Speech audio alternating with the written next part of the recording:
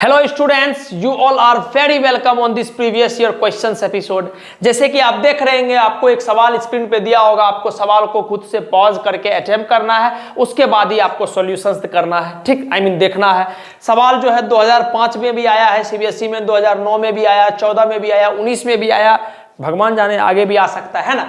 तो सवाल जो है हाइट एंड डिस्टेंस का सवाल है। आप सवाल को पॉज करके अटेम्प्ट कीजिए, उसके बाद मैं आपको कॉन्सेप्ट बताऊंगा, उसके बाद में जाके आपको आगे सॉल्यूशंस दूंगा। ठीक, जैसे कि सवाल है, मैं स्टार्ट कर रहा हूं बनाना, आप समझिएगा। सबसे पहला बात है बाबू, हाइट एंड डिस्टेंस जो है बड़ा छोटा सा टॉपिक है, एक तरह से ट्रिग्नोमेट्री का ही एप्लीकेशन है। ठीक है, हाइट एंड डिस्टेंस आने के लिए आपको ट्रिग्नोमेट्री आना तो आना ही चाहिए। बस दो कॉन्सेप्ट जो आपको हाइट एंड डिस्टेंस में पता होना चाहिए, मैं आपको समझा देता हूं।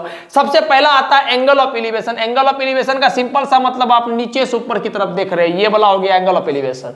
ठीक, उसके बाद आता है एंगल ऑफ डिप्रेशन। आप जो है ऊपर से नीचे की तरफ देख रहे हैं। ठीक है, नीचे से ऊपर की तरफ जब देखेंगे तो एंगल ऑफ एलिवेशन, और ऊपर से नीचे की तरफ जब आप देखोगे तो angle of depression. That's it, खत्म हो गया, चैप्टर खत्म। ठीक, तो अब हम जो है सवाल को लेके आगे बढ़ रहे हैं, इसका कैसे कैसे यूज होता है, क्या क्या करते हैं, उसको समझते हैं। सवाल यह है कि the angles of elevation of the top of a tower, angles of elevation of the top of a tower from 2 points on the ground at a distance a metre and b metre from the base of the tower in same straight lines are complementary। मतलब कि late say कि ये हमारा tower है, ठीक, और ये हमारा प्यारा सा ग्राउंड है। ठीक, ये पॉइंट बोल देते हैं A, ये पॉइंट बोल देते हैं B। ठीक, ये टावर है। उसके बाद बोल रहा है कि इस टॉप ऑफ द टावर का, तो टॉप ऑफ द टावर को हम पकड़ लिए। अब बोल रहा है the angle of elevation of top of a tower from 2 points on the ground. दो पॉइंट ले लो, लेट से ये पॉइंट ले लिए और लेट से ये पॉइंट ले लिए। इस पॉइंट का नाम C दे दिए, इस पॉइंट का नाम D दे दिए, दो पॉइंट ले लिए। और टॉप ऑफ द टावर का दो पॉइंट पर एंगल ऑफ एलिवेशन दिखा रहा है। इसका मतलब इसको एक बार अगर हम ज्वाइन करेंगे तो ये वाला एक बार एंगल ऑफ एलिवेशन मिलेगा, और एक बार जब हम इसको ज्वाइन करेंगे तो ये वाला एक बार एंगल ऑफ एलिवेशन मिलेगा।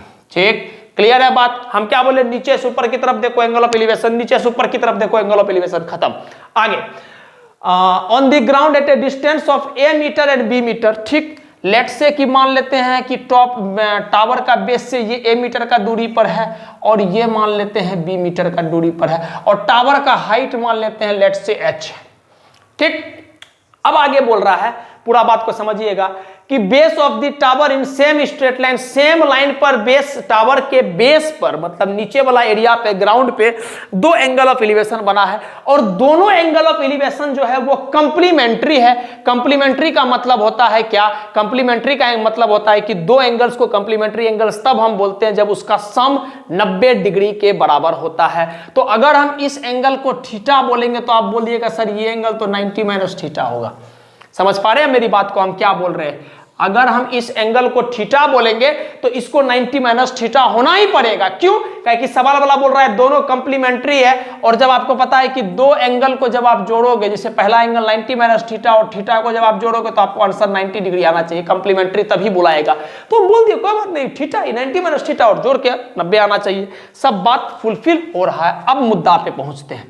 अब एक बार फिर से सवाल को पढ़ते कलेक्ट हो जाएगा क्या बोलना चाह रहे हैं। The angle of elevation of the top of a tower, angle of elevation of a top of the tower from 2 points on the ground, ground पे at a distance A metre, पहला point, दूसरा point B metre distance पे from the base of the tower on in a same straight lines are complementary angles. मतलब दोनों angles जो है वो आपस में कंप्लीमेंट्री एंगल्स है। इसका मतलब दोनों एंगल का सम कितना होना चाहिए, 90 होना चाहिए। आप x y भी मान सकते थे, फिर आपको एक इक्वेशन बनाना पड़ता, क्या, x प्लस वाई बराबर 90 डिग्री। तो वहां से भी हम लोग अगर एक एंगल को x लिख रहे हैं तो y का वैल्यू क्या हो जाएगा, 90 माइनस x। तो हम डायरेक्ट मान लिए कि ये थीटा और ये 90 माइनस थीटा। क्लियर है। अब आगे बोल रहा है क्या कि प्रूफ करना आपको कि हाइट ऑफ द टावर जो है वो रूट अंडर AB होगा। हाइट ऑफ द टावर जो होगा, H का वैल्यू जो होगा रूट अंडर AB होगा। ठीक, करते हैं, समझिएगा बात। सबसे पहले हम इस ट्रायंगल को पकड़ते हैं, ABC ट्रायंगल को। आपको पता है ये 90 डिग्री है, राइट एंगल ट्रायंगल है ना बाबू। एकदम टावर तो सीधे ना रहेगा, ऐसे टेढ़ा थोड़ी रहेगा, सीधे रहेगा। चलिए, इन ट्रायंगल ABC, जब हम ABC ट्रायंगल में पकड़े तो हम क्या ऐसा लिख सकते हैं, tan थीटा बराबर ABC ट्रायंगल में tan थीटा बराबर परपेंडिकुलर बाय बेस, परपेंडिकुलर कितना है सर ए बी, बेस कितना है सर बी सी, तो इसका मतलब हम लोग लिख सकते हैं ए बी का वैल्यू एच, बी सी का वैल्यू कितना है सर बी, तो इसका मतलब ये लिख सकते हैं सर टेन थीटा बराबर एच बाई बी, या सिंपली हम लोग एच बराबर क्या लिख सकते हैं बी टेन थीटा। इसको इक्वेशन 1 मान लिए। चलिए आगे बढ़ते हैं। अब हम कौन सा ट्रायंगल को पकड़ रही, बड़ा वाला ट्रायंगल ए डी बी। ठीक, ध्यान दीजिएगा, in triangle A D B अगर हम यहां पर 10 लिखना चाहेंगे तो 10 थीटा, थीटा इस बार थीटा नहीं है, इस बार क्या है थीटा 90 माइनस थीटा, तो 10 90 माइनस थीटा बराबर परपेंडिकुलर, परपेंडिकुलर ये बेस पूरा, ये परपेंडिकुलर मतलब कितना ए बी बटे का बेस, बेस कितना है sir B C B D, तो बी डी परपेंडिकुलर कितना है सर ए बी का वैल्यू एच दिया हुआ है, बी डी का वैल्यू कितना है, बी डी का वैल्यू दिख रहा है कि ये ए है। ठीक है, क्लियर है बात, आगे बढ़ते हैं। अब बताइए tan 90 माइनस थीटा क्या होता है, हमको पता है सर, कल भी आपको एक सवाल कराए थे कि tan थीटा और cot थीटा आपस में कंप्लीमेंट्री एंगल होता है। इसका मतलब tan 90 माइनस थीटा को हम लोग इजीली लिख सकते हैं cot थीटा बराबर h बाई a, और यहां से आ गया h बराबर a cot theta, equation 2। Clear हो गया बात। सबसे पहले एबीसी ट्रायंगल लिए, जब हम एबीसी ट्रायंगल लिए तो tan थीटा बराबर परपेंडिकुलर बाय बेस लिखे, तो tan थीटा बराबर h बटे b, तो h का वैल्यू आ गया b tan थीटा, खत्म बात। उसके बाद एडीसी ट्रायंगल एडीबी ट्रायंगल लिए, जिसमें क्या लिखे हम tan 90 माइनस थीटा बराबर परपेंडिकुलर बटे का बेस, तो tan 90 माइनस थीटा को हम लोग cot थीटा लिख सकते हैं, परपेंडिकुलर कितना हो गया h और बेस कितना हो गया सर a, ये पूरा वाला को ले लिए। ठीक, दोनों इक्वेशन है, दोनों को मल्टीप्लाई करते हैं, मल्टीप्लाइंग इक्वेशन 1 and 2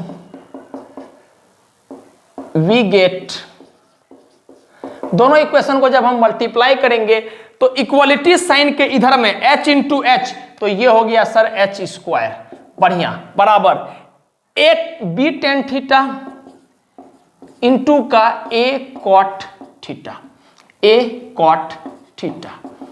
क्लियर है, h into H, H square B tan theta into A cot theta, बढ़िया बात है सर। एच स्क्वायर बराबर a इंटू बी को मल्टीप्लाई करोगे तो ए बी, आपको पता है tan theta into cot theta आपस में क्या होता है, रेसिप्रोकल होता है। तो क्या हम टेन थीटा को 1 बटे कॉट थीटा लिख सकते हैं बाबू? आप बोलेगा बिल्कुल सर, टेन थीटा को 1 बटे कॉट थीटा लिख सकते हैं, और यहां पर कॉट थीटा को एज इट इज रहने दो कॉट थीटा। तो आप बताओ, कॉट थीटा से कॉट थीटा चला गया, आप चाहते तो कॉट थीटा को 1 बटे टेन थीटा भी लिख सकते थे, उससे टेन थीटा से टेन थीटा चला जाता। तो यहां से कॉट थीटा गायब हो गया, तो एच स्क्वायर बराबर ए बी आ गया, और एच का वैल्यू जो आ गया वो आ गया अंडर रूट में ए बी। आप ध्यान से देखो, क्या हमको यही प्रूफ करना था?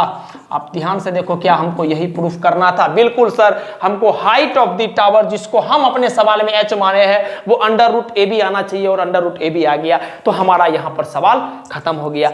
हम आपसे बस ये बात रिक्वेस्ट करेंगे अपने तरफ से कि जब भी एंगल कंप्लीमेंट्री दिया हो, एक पॉइंट कुछ डिस्टेंस पे दिया हो और दूसरा पॉइंट कुछ डिस्टेंस पे दिया हो, और जब भी एंगल कंप्लीमेंट्री दिया हो, याद रखिएगा ये पॉइंट, जब भी एंगल कंप्लीमेंट्री दिया हो तो ऑब्जेक्टिव सवाल में directly height of tower under root A B होता है, याद रखिएगा। रट भी सकते हैं तो रट लीजिएगा। क्या?